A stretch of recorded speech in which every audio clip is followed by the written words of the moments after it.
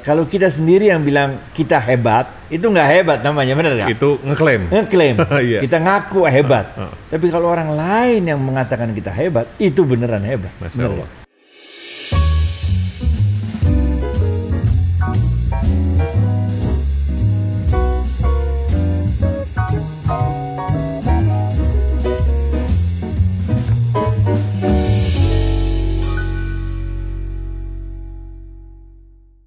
Emosi itu menghilangkan logika.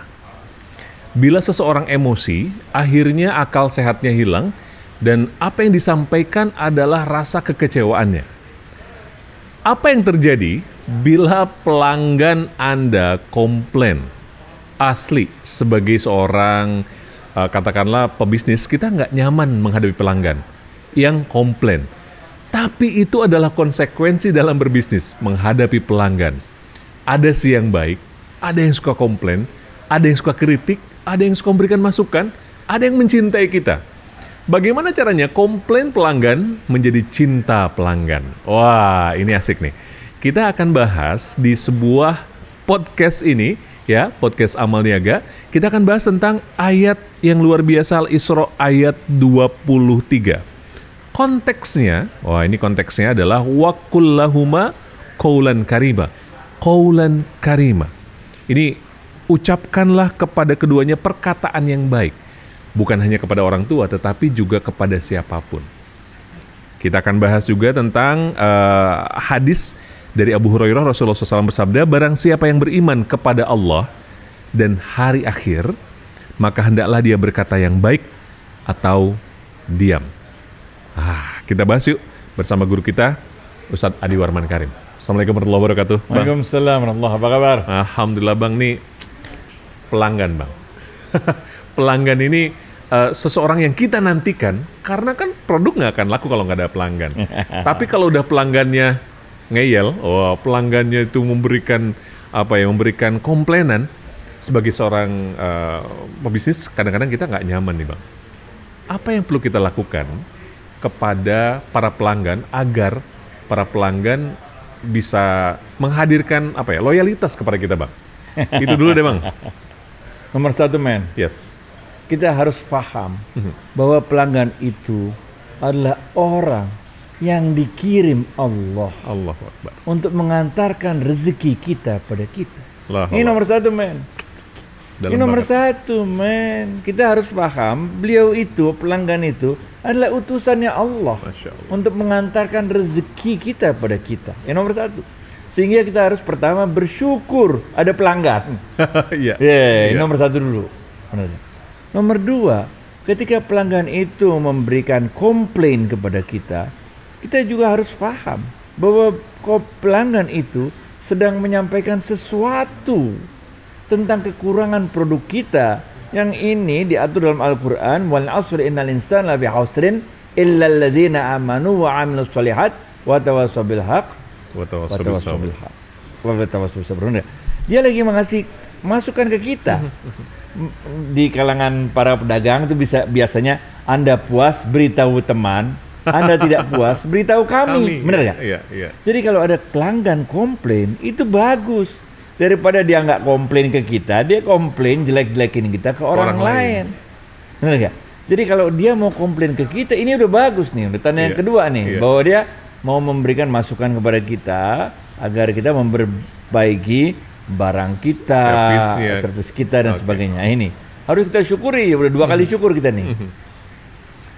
Yang ketiga, ketika kita udah memberikan perbaikan, menerima masukan-masukan, pelanggan itu senang didengar.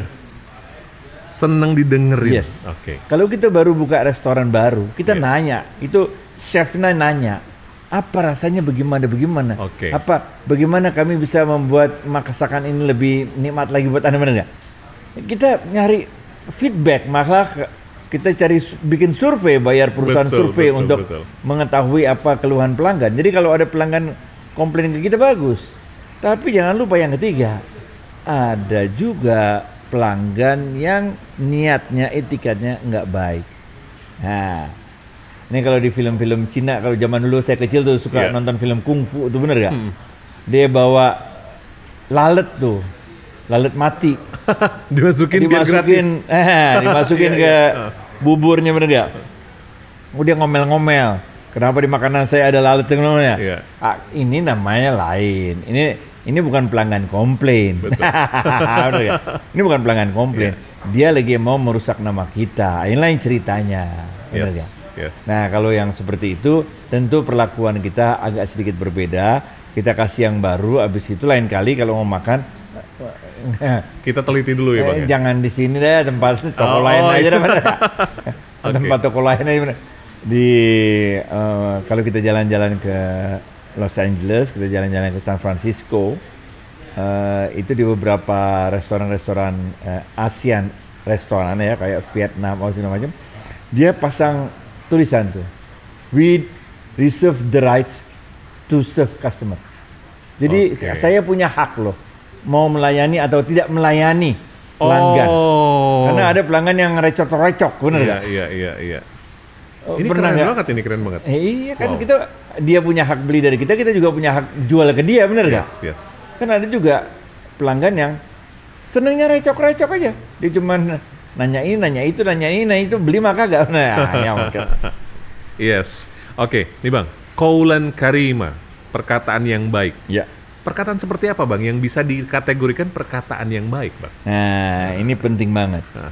Di episode sebelumnya kita udah bahas juga kan, bahwa keberhasilan menurut Adam Smith nih, keberhasilan para pedagang Arab ketika itu karena keramah tamahan mereka dan kemurah hatian mereka. Masya Allah. Ya kan? Oleh karena itu, keramah tamahan ini dalam bentuk lisan itu adalah perkataan yang baik. Kalau kita menyadari bahwa pelanggan kita itu adalah orang yang diutus Allah untuk mengantarkan rezeki kepada kita. Dia bukan hanya mengantarkan rezeki kepada kita, tapi juga memberikan masukan kepada kita. Bukankah kita yang bilang, kalau Anda puas ceritakan pada teman-teman, kalau Anda tidak puas ceritakan pada kami. Iya. Orang lain mesti bayar survei mahal-mahal. Jadi kita harus menganggap mereka sebagai mitra bisnis kita. Dan tentu kita layani dengan perkataan yang baik, yang sopan, yang santun, yang menyenangkan, yang nyaman. Karena tanpa itu semua orang akan merasa nggak nyaman sama kita. Betul.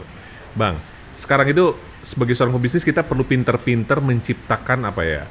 Kalau bahasanya nih, referral engine, Bang. Yes. Jadi supaya mereka bisa memberitakan sesuatu yang baik dari bisnis kita kepada orang lain. Nah, gimana caranya seorang pebisnis bisa menciptakan referral engine ini kepada para pelanggan-pelanggannya sehingga bisnis kita jadi sustain gitu, Bang? Ya, ini kalau dalam ilmu tasawuf ya, dalam ilmu tasawuf. Yes. Ketika seseorang itu melakukan kebaikan dalam ilmu tasawuf, apapun agamanya loh, apapun agamanya. Kalau seorang itu melakukan kebaikan, kebajikan, maka dia akan bersinar. Masya Allah. Akan ada cahaya. Masya Allah. Yang akan menarik orang-orang untuk mendatangi cahaya itu. Masya Allah. Begitu juga ketika kita berbisnis. Kemudian kita layani nasabah kita dengan perbuatan baik. Kemudian kita berikan lebih dari sekedar yang kita janjikan, benar gak? Kita kasih bonus-bonus, kasih apalagi tambahan-tambahan, layanan tambahan buat mereka. Maka tempat kita itu bisnis kita itu akan bercahaya. Dan ini akan yang kita sebut tadi referral system, atau kalau disebut juga the power of mouth. Yes. Orang akan cerita tentang pengalaman yang mengesankan di tempat kita itu. Ini yang akan membuat kalau kita sendiri yang bilang kita hebat, itu nggak hebat namanya, benar nggak? Itu ngeklaim. Yeah. Kita ngaku hebat. Tapi kalau orang lain yang mengatakan kita hebat, itu beneran hebat. Masya Allah. Apalagi kalau orang yang bilang kita hebat itu bukan istilahnya itu endorser, bukan? Endorser yang dapat duit dari kita atau yang yang kita akan bayar, benar? Yes. Emang orang yang tulus ngomong, benar. Jadi kalau menurut saya good news akan menyebar, berita baik itu akan menyebar lebih cepat daripada barang kita sendiri. Masya Allah. Orang-orang kalau dalam istilah bisnis ya, dia bilang reputasi Anda telah sampai kepada saya sebelum saya menemui Anda, gitu. sebelum bekerja sama dengan kita ya. Karena reputasi itulah dia datang akhirnya kayak kita, benar nggak? Yes. Seperti cahaya tadi, benar nggak? Kan kitanya di sini, cahayanya sampai ke situ. Karena cahaya itulah orang kemudian datang kepada kita. Inilah kalau kita bisa terus waqulu qaulan sadida itu, waqulu qaulan karima itu. Nah, ini akan membuat bisnis kita itu bersinar, bercahaya. Ini yang membuat saya amazed ya. Saya pertanyaannya kayaknya ke teknis bisnis gitu, tapi jawabannya tasawuf, Pak. Ini kalau kata saya canggih. Yang harus kita pahami sama-sama, di dalam diri setiap manusia itu ada ruh. Oke? Yang berasal dari sumber ruh yang sama, yaitu Allah. Ruh ini rindu untuk bertemu dengan Sang Pencipta, dengan sumbernya ruh, yaitu Allah. Masya Allah. Dan karena di dalam diri kita ini ada ruh, maka ruh ini rindu untuk bertemu dengan orang. Masya Allah. Ngerti gak? Iya.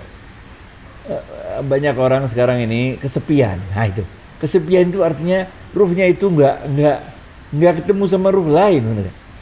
Nah, kalau kita ini melakukan kebaikan karena kita rindu sama ruh lain-lainnya, ini kita nyambung. Jadi trust itu nggak bisa tidak diberikan oleh orang kepada kita. Trust itu harus gain the trust. Di-create gitu. Harus diraih trust itu. Oke, diraih. Harus diraih.